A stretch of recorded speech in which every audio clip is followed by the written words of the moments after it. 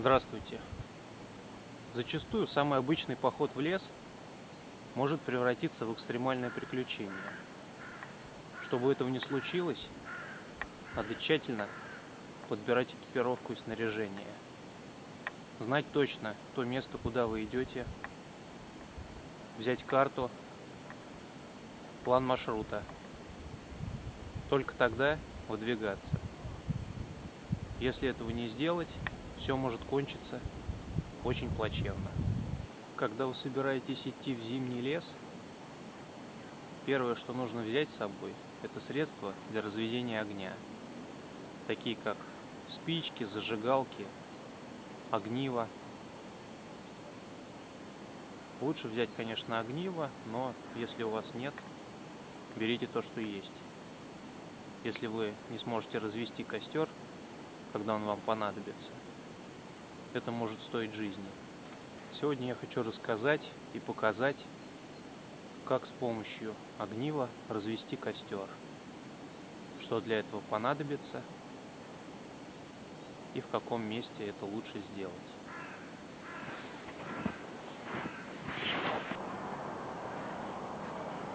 Одним из очень хороших материалов для растопки костра служит веник.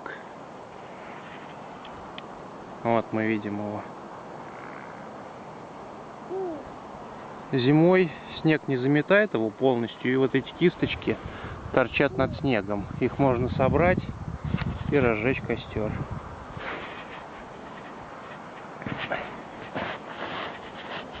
Снег, как можно наблюдать, достаточно глубокий, практически по колено мне. Вот так вот он выглядит вблизи.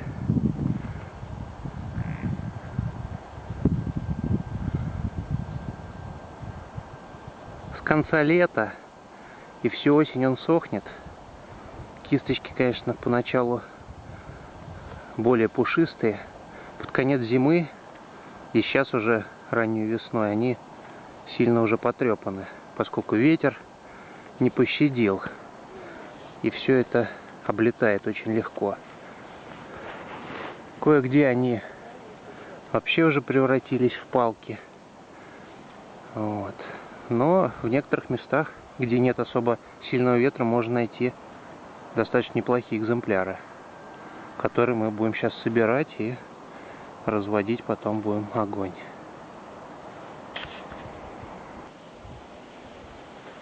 По берегам ручьев и просто в болотистой местности можно встретить вот эту траву. Это камыш.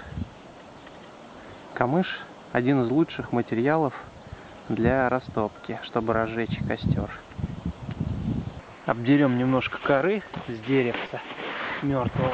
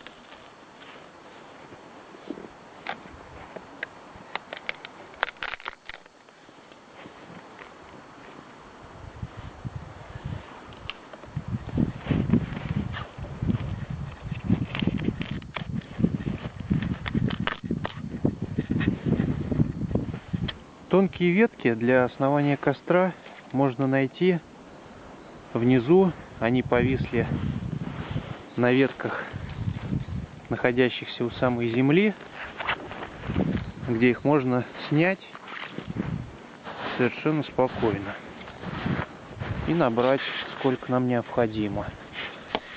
Моя любимая растопка для разжигания костра — это береста. Давайте отрежем немножко и и разожжем костер.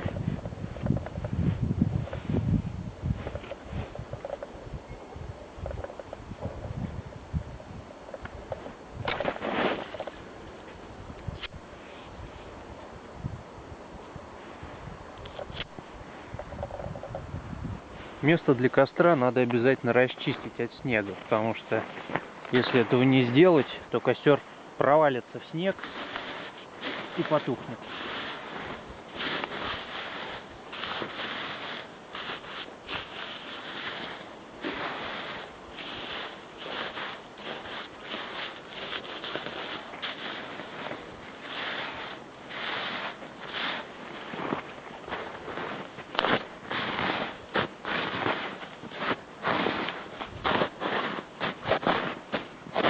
Желательно до земли. Ну, вот мы видим, уже показалась почва, листики. Конечно, полностью я не смогу убрать весь снег, но постараюсь убрать как можно больше.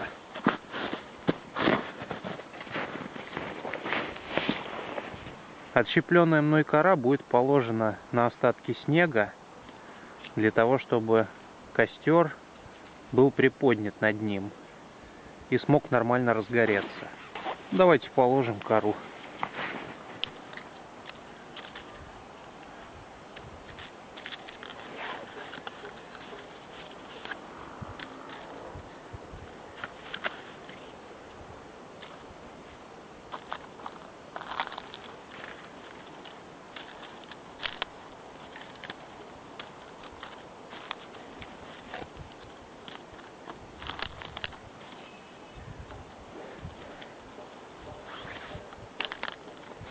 Ну и вот что у нас получилось. Теперь положим на нашу кору пух камыша. Помнем его. Распушим. Ну а на него бересту. Можно было, конечно, обойтись и одной берестой, но раз уж мы нашли пух камыша, почему не воспользоваться этой возможностью?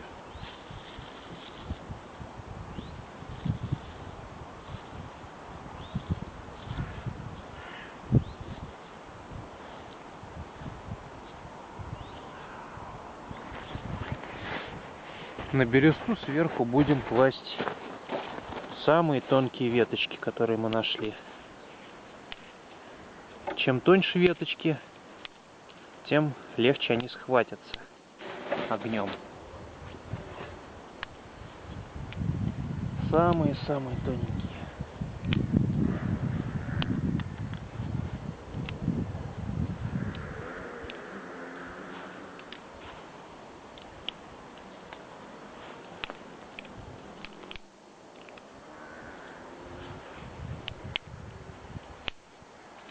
Вот, ветки сухие, трещат. Это хорошо.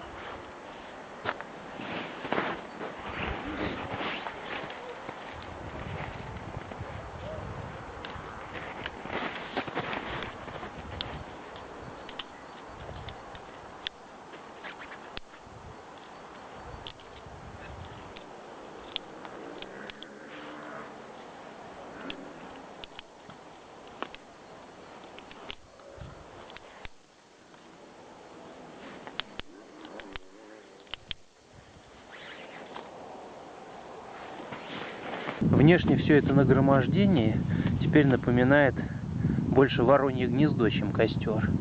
Главное оставить немножко бересты сбоку, чтобы когда мы разожжем огонь, можно было легко ее поджечь и костер начал разгораться.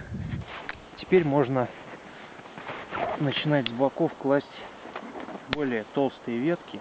Ну вот, теперь костер похож на костер. Возьмем веник, положим его сбоку От него должна заняться сначала кора березовая, ну а затем уже, я думаю, и весь костер в целом загорится. Возьмем огниво, вот оно огниво, и кресало, ну, железная пластина, для того, чтобы высечь из стержня искры. Это может быть и нож, кому что удобно. Давайте приступим.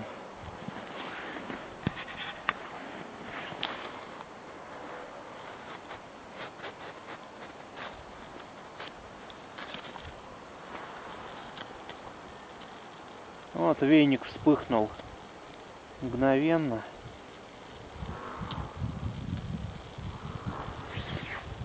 Теперь главное, чтобы кора загорелась. Вот и кора вспыхнула. Ну а дальше, я думаю, все будет в порядке.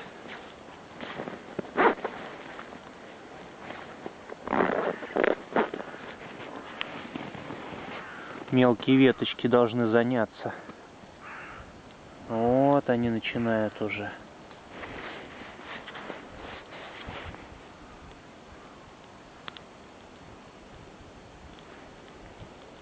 Вот пошли мелкие веточки.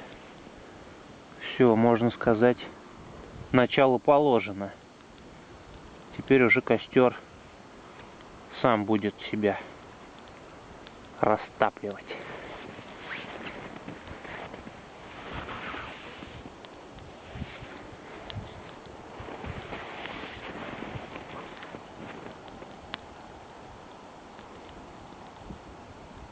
Если бы внизу не было березовой коры или бересты, что, впрочем, одно и то же, костер мог бы и не разгореться, поскольку все-таки камыш, веник, трава быстро сгорает, и она не дает такой температуры, как березовая кора.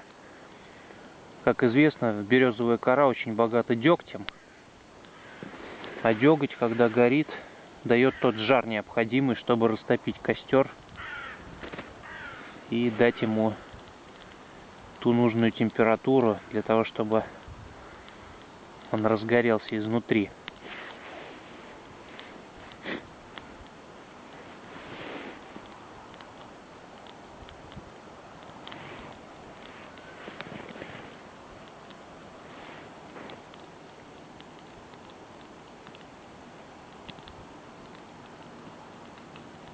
Костер шипит, пищит.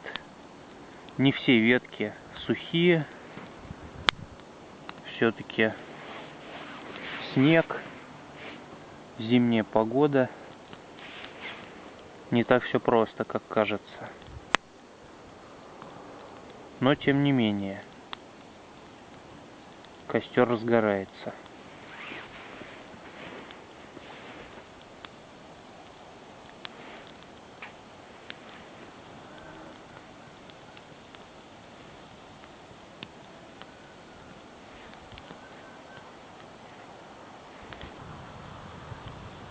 Ну вот, костер полностью разгорелся. Теперь он уже сам о себе заботится, только подкидывая ветки.